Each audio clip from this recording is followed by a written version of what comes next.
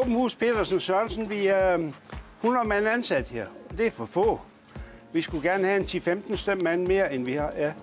Det vil sige, når jeg siger 100 mand, så er vi selv, hvad er vi, omkring 80 selv, så har vi nogle underleverandører, som er faste. Jeg synes, vi skal prøve at gå lidt op af og så se, hvad det er, vi arbejder med. Hvis I husker, det er en af de store problemer, da Titanic den kolliderede med det isbjerg, det var, at pladen den sprang. Det her, der er meget større brudstyrke i det, altså den kan tåle at få et støv uden at den springer. Det I ser, det er sådan en af de mindre skibsmotorer. Det er sådan nogle, der ligger typisk i sådan et skib som det her ude. En hovedmotor. Udover sådan en hovedmotor, så har de en 3 hjælpmotor, som er noget mindre generator end det. Der står noget der, jeg ved ikke rigtig, hvad det er for noget, men typisk så ser hjælpmotoranlægget. Og dem har de typisk, de skib her, 3 hjælpmotorer, som laver strøm til alt det forbrug, der er ombord. Hvis I ser det skrueblad her, så kan I se, at den kan dreje. Og det er en trækstang, at man sidder inde på hovedmotoren, inde på selve fremdrivningsmotoren. Der sætter man sådan en trækstang. Så kan man dreje bladene alt efter, hvor stor belastning man vil have på motoren, hvor mange omdrejninger den skal køre. Har man travlt, jamen, så giver man den jo selvfølgelig fuld knald på motoren og fuld stigning på bladene. Når sådan et skib så skal bakke, så skubber man trækstangen ud, og så får den en anden vinkel, og så kan den trække den baglæns. Billedet her, der ser I et rødt og blåt skib herude til venstre.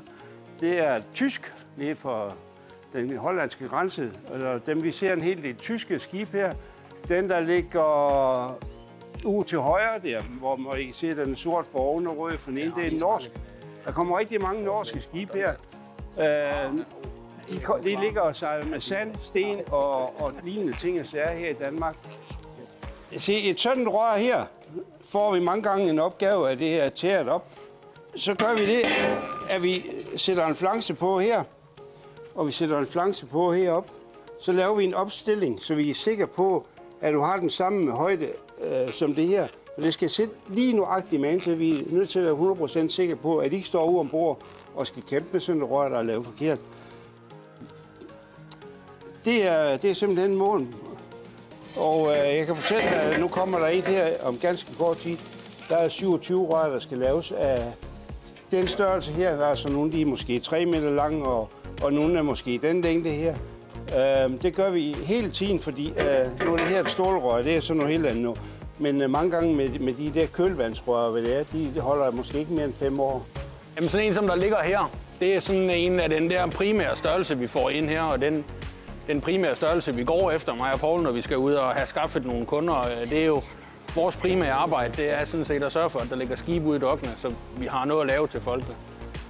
Og det er sådan nogle tørlastskibe på den størrelse, der vi sådan primært gerne vil have hertil.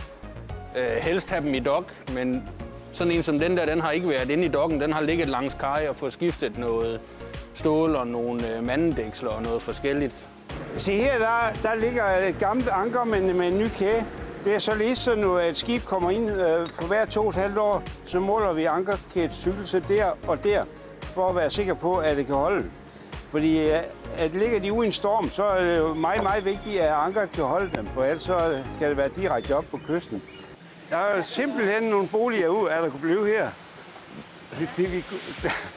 Men Kaj Larsen mener, at vi skal bygge eller reparere skibe, og så reparerer vi skib.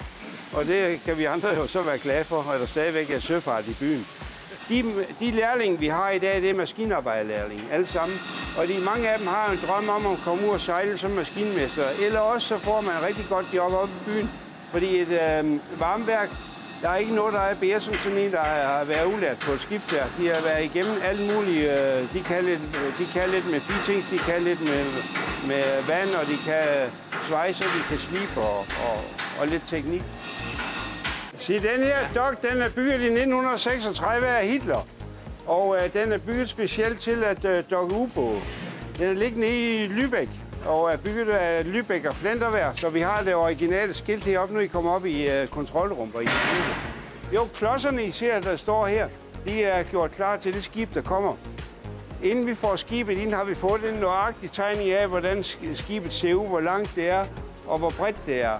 Og om der er nogle skib, de er jo bygget op i sådan en V-form, og andre er helt fladbunden. Den her er helt fladbunden, kan I se. Den er bygget til at dokke ubåd, og den er enormt hurtig. Den kan komme ned i vandet på kvarter 20 minutter, kan vi få den ned. Og lige sådan op, der var den også meget, meget hurtigere. En halv time, 3 kvarter, så havde vi et skib op. Det betød meget, når de allierede fly var på vej ind over Danmark og skulle ned og bombe i Lübeck. Så fik de jo telefonisk varsel om, at nu var det med at komme ned. Det vil sige, at man sænkede den her dok lige så hurtigt, man overhovedet kunne, for at den ikke skulle blive ramt af de allierede fly. Ja, det er godt.